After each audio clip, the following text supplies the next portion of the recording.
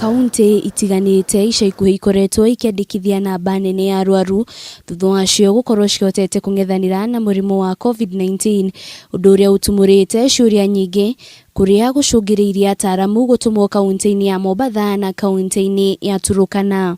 In Mombasa, we have our teams looking at that. Our case management teams are trying to find out what exactly could be happening there.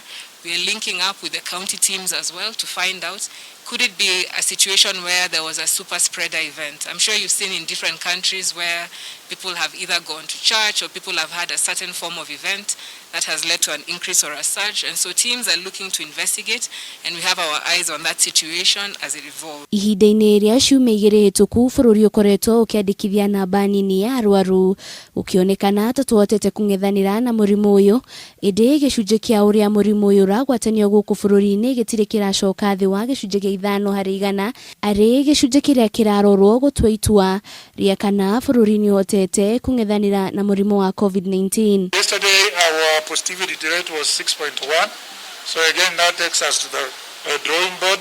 What is important is that we are not going to look at this parameter alone, but to look at it together with others, including the number of cases that we have in our health facilities and the resilience of our healthcare system, the number of critical care cases, which has continued to decrease. As of today, we only had 22 people under critical care, 15 on ventilatory support, and 7 on supplemental oxygen.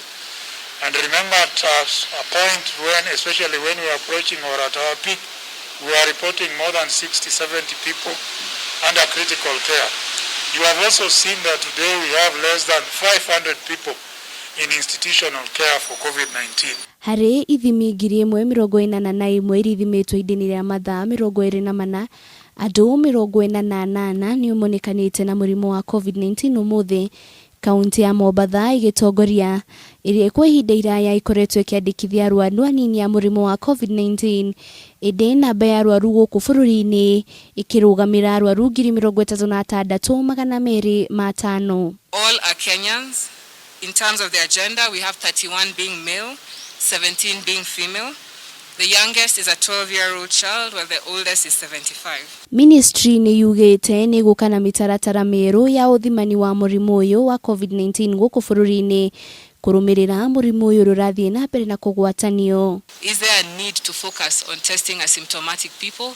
And we've had, evidence from different groups that perhaps as COVID continues, now that it is here with us, we need to remodify our testing approaches and focus on that person who is showing up in the health facility and requires care because they've come to the health facility and most likely because they have either a moderate or severe case.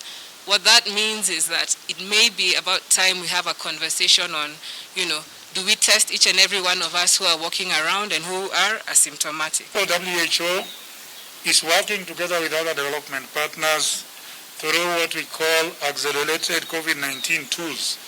This is supposed to help us in terms of developing therapeutics, diagnostics for COVID-19. And so far, out of a budget of about 37 billion, WHO has been able to raise $3.5 billion out of an estimated 37 billion shillings required. Gukinyaniria na riu kuri na dawa 180 thi yothe irirathie na mbere na kugerio hari itemi-ini ria kurora ni iriku ingiororohia maruru ma murimu uyu wa COVID-19.